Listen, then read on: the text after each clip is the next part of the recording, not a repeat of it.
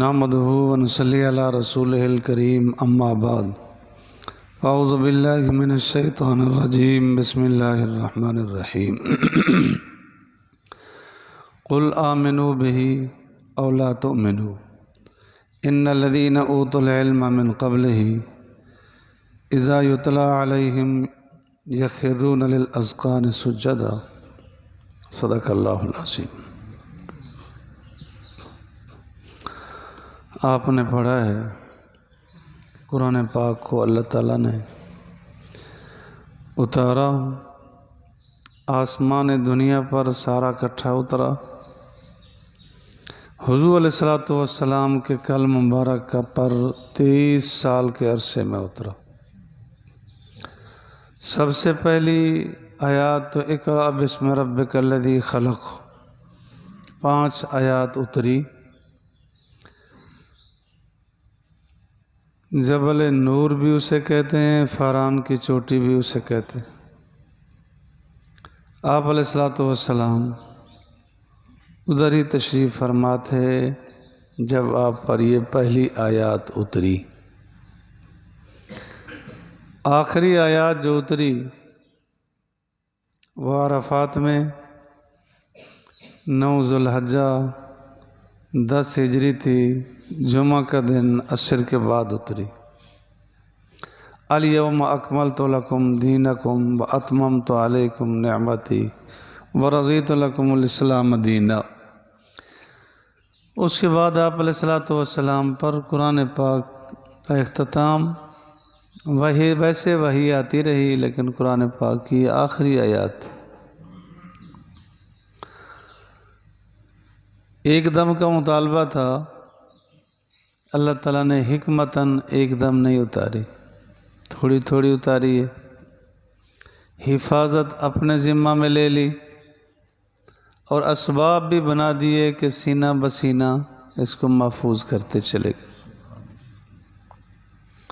10,000 صحابہ ایسے تھے جن کو قرآن پاک حفظ مکمل تھا۔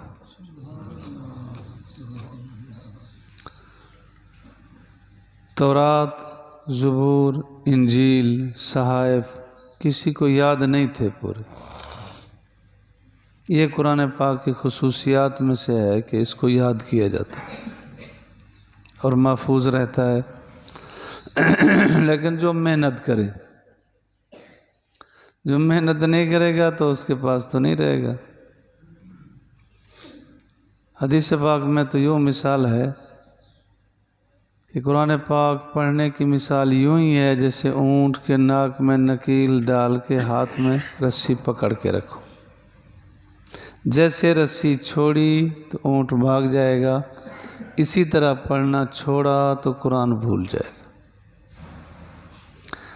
عطا اللہ شاہ صاحب بخاری رحمۃ اللہ علیہ یوں مثال دے کے سمجھایا کرتے تھے کہ قرآن پاک پڑھتے رہو گے تو یاد رہے گا، چھوڑ دو گے تو بھول جائے گا۔ جیسے یہ چکی چلتی رہے تو آٹا گرتا رہتا ہے، چکی رکی آٹا روکے،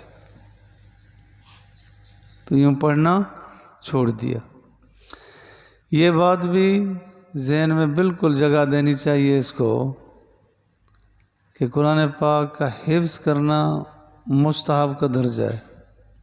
اتنا تو یاد کرنا فرض کا درجہ رکھے گا جتنا نماز میں پڑھا جا سکتا ہے، باقی مکمل قرآن پاک کا حفظ کرنا مستحب کا درجہ ہے۔ حفظ کرنے کے بعد یاد کرنا اس کا فرض ہے،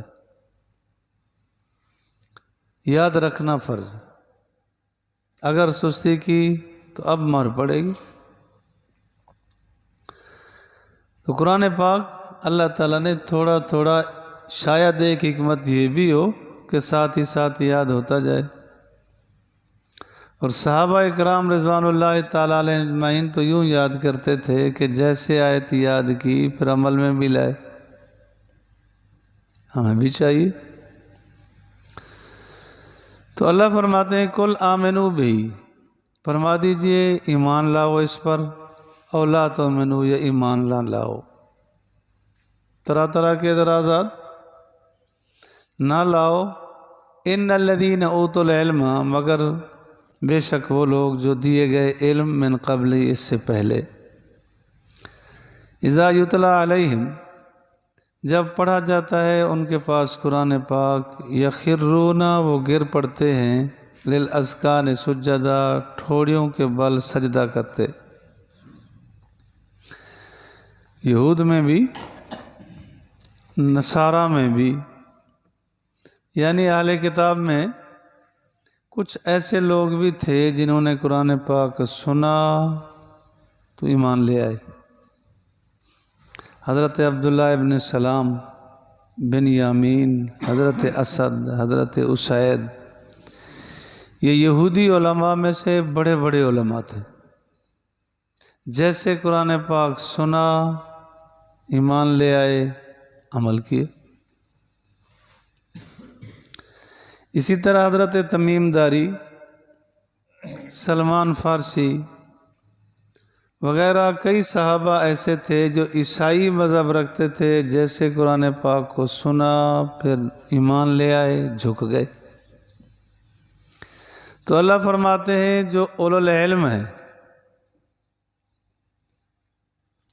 علم بھی وہی، اللہم انی اعوذ بک من علم لا ینفع۔ آپ علیہ السلام نے دعا مانگی، اللہ ایسا علم نہ دے جو نافع نہ ہو، جو نفع نہ دے۔ بے عمل عالم کی مثال ایسے ہی ہے جیسے چھلنی ہے،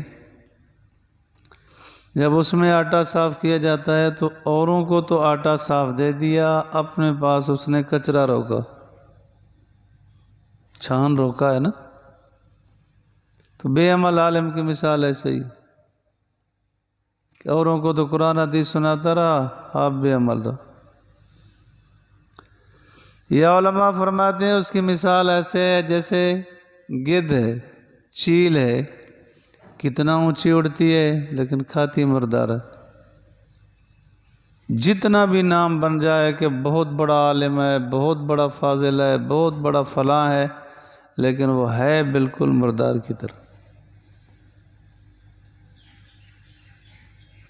عبداللہ ابن عمر رضی اللہ تعالیٰ عنہ فرماتے تھے، اے علماء اکرام کی جماعت، تم لوگوں میں ایسے ہو جیسے کھانے میں نمک ہوتا ہے، ایک تو مقدار تھوڑی ہے، دوسرا اگر نمک خراب ہو جائے تو کھانا خراب ہو جاتا ہے، کہ تم لوگ سنبھل کے رہو۔ امام اعظم ابو حنیفہ رحمۃ اللہ علیہ کا ہے کہ ایک مرتبہ تشریف لے جا رہے تھے، ایک بچہ نا اچھل اچھل کے جا رہا تھا، جیسے بچوں کی عادت ہوتی ہے، چھلانگ ماری ادھر گئے، ادھر چھلانگ ماری ادھر گئے۔ تو امام صاحب رحمۃ اللہ علیہ نے فرمایا، بچے سنبھل کے چلو، گر جاؤ گے۔ امام صاحب فرماتے ہیں بچے نے مجھے بڑی زبردست نصیحت کی۔ بچہ پھر کے کھڑا ہو گیا، کہنے لگے امام صاحب میں گر گیا تو میں گروں گا، خدا نہ خواستہ اگر آپ گر گئے تو امت گر جائے گی۔ آپ عالم ہیں، آپ پر نظریں ہیں لوگوں کی، ذرا سنبھل کے رہو۔ علماء کے لیے بھی آپ لوگ خصوصی دعا کیا کریں کہ اللہ تعالیٰ ان کو راہ راست پر رکھے، ہدایت پر رکھے، لیکن ساتھ ہی ساتھ یہ کہ تبصرہ بھی علماء پر بہت برا ہے۔ کبھی یہ بھی سوچو کہ عابد ساری رات عبادت کرے، عابد ساری رات عبادت کرے، عالم سویا رہے، اس کی نیند اس کی عبادت سے بہتر ہے۔ عالم ہے، اتنا تو ضرور ہے نا کہ جو گناہ بھی کریں گے، کبھی جاہل آدمی گناہ کو نیکی سمجھ کے کرتا ہے، اس کو ہدایت کبھی نہیں ہوتی، کیونکہ وہ تو نیکی سمجھتا ہے، جیسے رسومات ہیں۔ عالم جب بھی کرے گا گناہ کو گناہ سمجھ کے کرے گا، کہ جب گناہ کو گناہ سمجھ کے کیا جائے کبھی توبہ کی توفیق مل جاتی، سمجھتا ہے کہ میں غلطی کر رہا ہوں، تو جب وہ سمجھتا ہی ہے آگے والا کہ میں نیکی کر رہا ہوں۔ ایک عالم دین سے میں نے یہ روایت سنی ہے، کہتے ہیں کل قیامت کے دن اللہ رب العالمین اپنی شان کے مطابق گزاریں گے، جس کو جیسے گزاریں گے، تو پل صراط پر ایک عابد آ جائے گا، اسی کونے پہ ایک عالم بھی آ جائے گا، تو اللہ تعالیٰ عابد کو فرمائیں گے کہ آپ پل صراط سے گزر جاؤ، آپ نے ساری زندگی نیکیاں کی ہیں، اور عالم کو کہا جائے گا تو یہاں رک جا، تو آگے پل صراط ابھی پار نہ کر، یہاں رک جا۔ جس وقت میری گناہگار مخلوق آئے ہو ایمان والی اور جہنم اس کی طرف لب کے، تو صرف اتنا کہتا جا اللہ اسے معاف کر دے، میں سفارش کرتا ہوں، جتنا کی سفارش کرتا جائے گا معاف کرتا جاؤں۔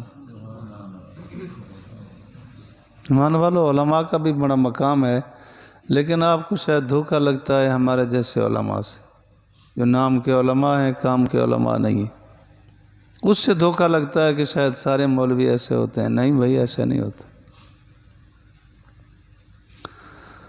تو اہل علم سمجھتے، علم کا بڑا مقام ہے، بے علم نہ تواں خدا را شناخت، علم کے بغیر اللہ کی شناخت نہیں ہوتی، علم کے بغیر، لیکن ساتھ ہی ساتھ عمل چاہیے، اور اللہ توفیق دے۔ اللہ فرماتے ہیں اذا یتلی علیہم، جب ان پر ان کے پاس قرآن پاک پڑھا جاتا ہے تو یخرون للاذقان، وہ گر جاتے ہیں ٹھوڑی کے بل سجدہ کرتے۔ سجدہ کرنا اور نماز کو سیکھنا بڑا ضروری ہے۔ ایک تو یہ ہے کہ جب سجدہ کریں گے ناک اور پیشانی دونوں کا لگنا ضروری ہے۔ کبھی عذر ہے وہ احکامات الگ ہیں کہ ناک پر پھوڑا نکلا ہے، ٹیک ہی نہیں سکتے، پیشانی پر کوئی مسئلہ ہے، اگر بلا عذر پیشانی نہیں ٹکائی نماز نہیں ہوگی، پیشانی اٹھائے رکھی بس ناک ٹکا دیے، ناک کا ٹکانا بھی واجب ہے، اور اسی طرح ہاتھوں کا زمین پر رکھنا، گھٹنوں کا ٹکنا، پاؤں کا ٹکنا یہ بھی ضروری ہے۔ اگر سجدے کے دوران دونوں پاؤں اٹھا لیے اور پورا سجدہ پاؤں اٹھے رہے نماز نہیں ہوگی، اٹھائے اور لگا دیے پھر ہو جائے گی، لیکن پورا سجدہ اگر پاؤں اٹھائے رکھے تو پھر نماز نہیں ہوتی۔ اسی طرح تشہد میں بیٹھے ہیں تو بعضوں کی عادت ہوتی ہے کہ انگلیاں آگے بڑھا کے رکھتے ہیں، ہاتھ لٹکا کے رکھتے ہیں، یہ نماز میں خلل آئے گا۔ یہ گھٹنوں کے برابر رکھنا، انگلیوں کا رخ قبلے کی طرف رکھنا ہے۔ سجدے میں بھی یہی ہے کہ ہاتھ کی انگلیوں کا رخ اور پاؤں کی انگلیوں کا رخ قبلے کی طرف رکھنا۔ اب ہماری انگلیاں کھلی ہوئی ہوتی ہیں، شمال جنوب کی طرف ان کا رخ جا رہا ہوتا ہے، پرواہ ہی نہیں، اور پاؤں کی انگلیوں کا رخ تو زمین کی طرف رکھتے ہیں، قبلے کی طرف تو رکھتے ہی نہیں۔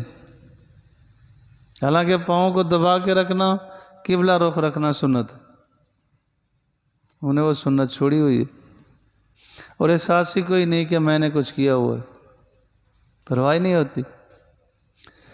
تو سجدے میں پیشانی اور ناک کا ٹکانا ضروری ہے۔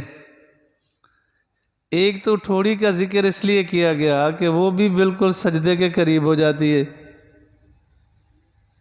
دوسرا یہ بھی ہے کہ مبالغہ کیا گیا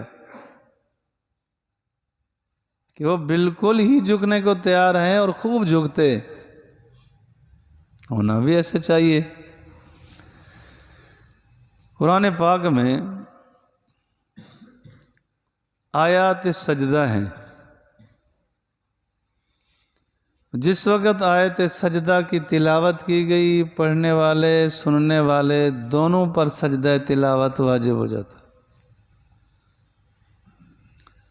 اگر موقع ہے تو فوری کر لے، لیکن اس سجدے کے لیے بھی وہی شرائط ہیں جو نماز کے لیے شرائط ہے کہ سجدہ تلاوت بغیر وضو کے نہیں ہوگا، کپڑے ناپاک ہیں تو نہیں ہوگا، وقت نہیں ہے کہ سورج طلوع غروب زوال ہو رہا ہے اس وقت کرتے ہیں سجدہ تلاوت نہیں ہوگا، کہ اس وقت سجدہ تلاوت کرے جب نماز پڑھی جا سکتی ہو، اس میں ہے یہی اللہ اکبر کہہ کے سجدے میں جائے، تسبیح پڑھے اللہ اکبر کہہ کے اٹھ جائے، بس اس کا نام سجدہ تلاوت ہے۔ اور قرآن پاک میں 14 سجدے ہیں عند الاحناف، مساوقات سجدے کیے جاتے ہیں، پتہ نہیں ہے تو جتنا ہو سکے کر لینے چاہیے کہ بڑھ جائے کم نہ ہو۔ تو حفاظ کرام سے تو میں اکثر کہا کرتا ہوں کہ بھئی آپ لوگ تو ہر نماز کے بعد 1-2 کر ہی دیا کرو، کیونکہ جب یہ پڑھتے ہوتے ہیں تو بڑے ذوق میں ہوتے ہیں، پڑھتے چلے جاتے ہیں، جتنا سجدے پڑھ گئے بعد میں بھول نہ جائے۔ وَيَقُولُونَ اللہ فرماتے ہیں، وہ کہتے ہیں سبحان ربنا، پاک ہے ہمارے رب، ہمارا رب پاک ہے۔ ان کان وعد ربنا، اگرچہ ہے وعد ربنا ہمارے رب کا وعدہ لمفعولا ہو کے رہے گا۔ مفسرین فرماتے ہیں کہ اللہ کا وعدہ کیا تھا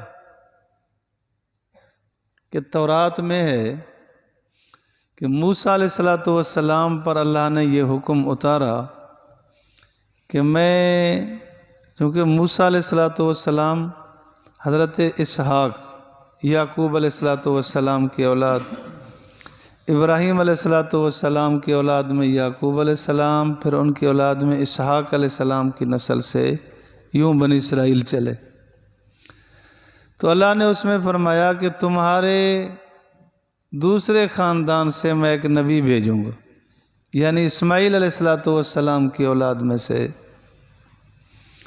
تو بنی اسرائیل یہی کہا کرتے تھے کہ نبوت ہم میں سے نہیں جانی چاہیے، ہم میں سے نہیں جانی چاہیے۔ تورات میں یہ تھا کہ اللہ کا یہ وعدہ پورا ہو کے رہے گا، تو حضرت اسماعیل علیہ السلام کی اولاد میں سے جناب رسول اللہ صلی اللہ علیہ وسلم ہی تشریف لائے۔ آگے فرماتے ہیں وَيَخِرُّونَ لِلْأَذْقَانِ، اور وہ جھکا دیتے ہیں اپنے ٹھوڑیوں کو، یبکون، اور وہ روتے ہیں، وَيَزِيدُهُمْ، اور بڑھاتا ہے ان کا عجز، ان کی عاجزی اور بڑھ جاتی ہے۔ ایک تو یہ ہے کہ سجدہ کثرت سے ہو، تو جتنا نماز زیادہ پڑھیں گے اتنا کثرت سے سجدے ہوں گے۔ دوسرا اللہ تعالیٰ کے سامنے رونا اس وقت چھوٹ گیا۔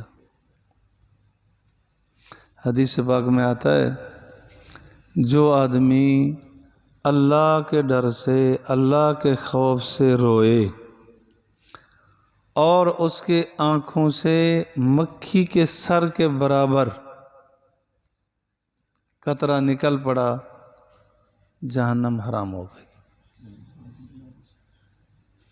ایک حدیث پاک میں یوں بھی ہے کہ آپ علیہ السلام نے فرمایا اللہ سے ڈرنے والا، اللہ سے ڈر کے رونے والا جہنم میں ایسے ہی جانا مشکل ہے جیسے بکری کا دودھ نکال لیا جائے پھر تھنوں میں جانا مشکل ہے۔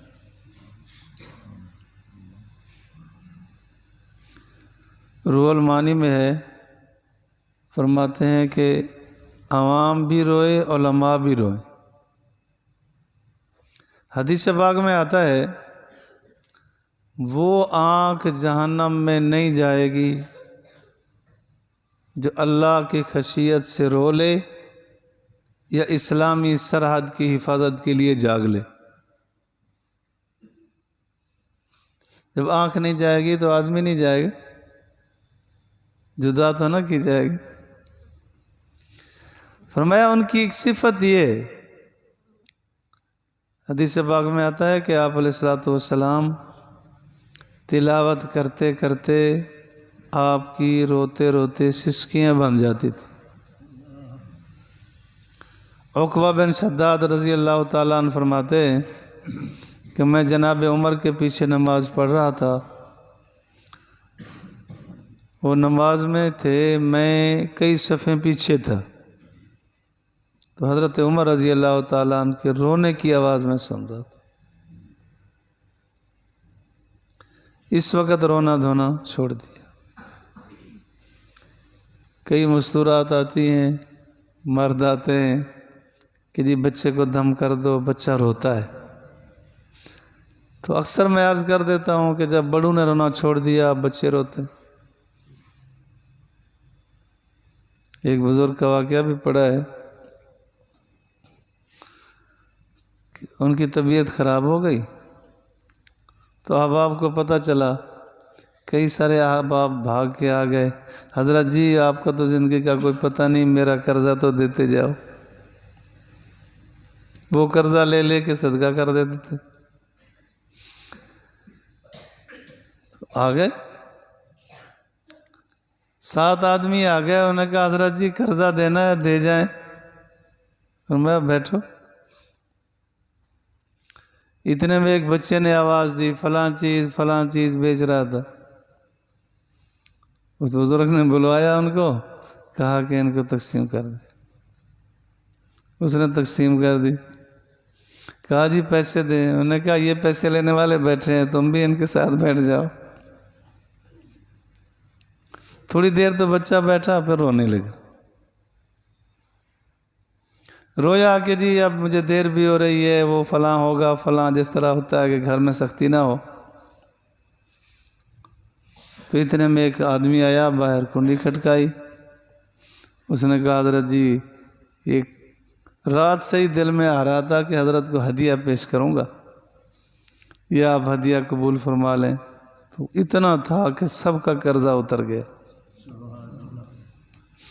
تو انہوں نے فرمایا کہ بھائی مجھے الہام ہوا تھا کہ ان میں سے کوئی رو لے گا تو میں دوں گا، تم سارے بیٹھے تھے، روتا کوئی نہیں تھا، میں نے کہا بچہ روئے گا تو اللہ کو کرام رحم آ جائے گا۔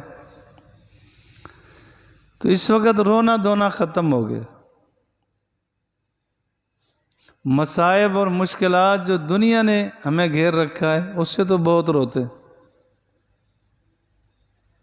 کئیوں کو اولاد نے رلا رکھا ہے، کئی اپنے گھریلو حالات سے اتنا روتے ہیں، خون کے آنسو روتے ہیں، لیکن اللہ کی خشیت، اللہ کے ڈر سے وہ رونا ختم ہو گیا۔